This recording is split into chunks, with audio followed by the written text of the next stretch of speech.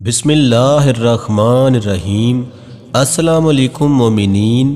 جنگ کے میدان میں مجھے پرواہ نہیں ہوتی تھی کہ موت میری طرف آ رہی ہے یا میں موت کی طرف جا رہا ہوں۔ یہ قول اللہ کے شیر مولا علی علیہ السلام کا ہے، جنہوں نے اسلامی غزوات میں ایسی شجاعت، بہادری اور بے خوفی کا مظاہرہ کیا تھا جس کی کوئی مثال نہیں ملتی۔ غزوہ بدر مسلمانوں اور کفار کے درمیان لڑی جانے والی تاریخ کی پہلی عظیم جنگ ہے۔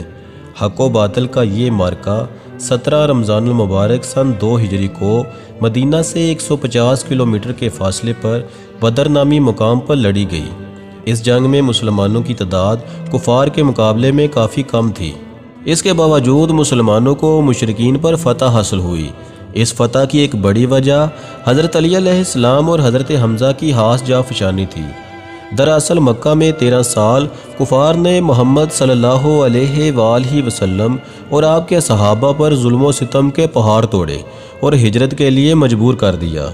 جب مدینہ میں نبی صلی اللہ علیہ وآلہ وسلم کی دعوت کامیاب ہونے لگی تو قریش کو یہ خدشہ ہوا کہ کہیں ان کی حاکمیت عرب سے ختم نہ ہو جائے، لہٰذا قریش مکہ نے مسلمانوں کا تعاقب نہ چھوڑا اور اس برحق جماعت کی جڑ سے خاتمے کے لیے پوری قوت و طاقت سے میدان میں اتر پڑے۔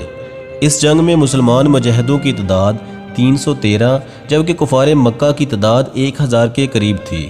مسلمانوں کے سامان سواریوں کی قلت کی وجہ سے 2 3 آدمیوں کو ایک ایک اونٹ پہ سوار کر کے لے جایا گیا تھا، جس پہ وہ باری باری سواری کرتے تھے۔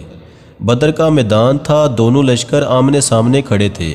مشرکین کی صفوں سے 3 شخص اپنی تلواریں لہراتے ہوئے للکارتے ہوئے میدان میں نکلے اور مسلمانوں کو لڑنے کی دعوت دی۔ یہ عربوں کی جنگ کا دستور تھا کہ جنگ کے آغاز میں وہ زور آزمائی کیا کرتے تھے، لہٰذا نبی صلی اللہ علیہ وآلہ وسلم نے ان 3 حریف یعنی عتبہ، شیبہ اور ولید کے خلاف حضرت حمزہ، حضرت علی علیہ السلام اور حضرت عبیدہ بن حارث کو میدان میں اترنے کا حکم دیا۔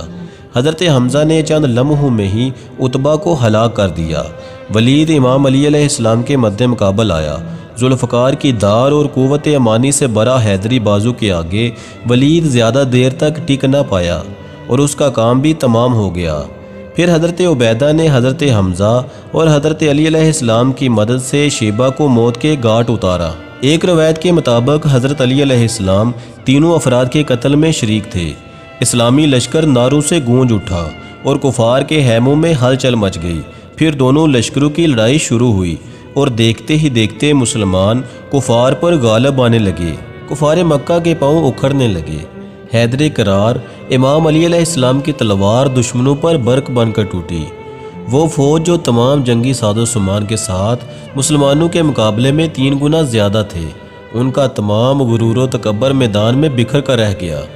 یہ ایک فیصلہ کن لڑائی تھی جس میں اللہ کے وعدے کی سچائی سے مسلمانوں کو غیبی مدد کے ذریعے فتح نصیب ہوئی۔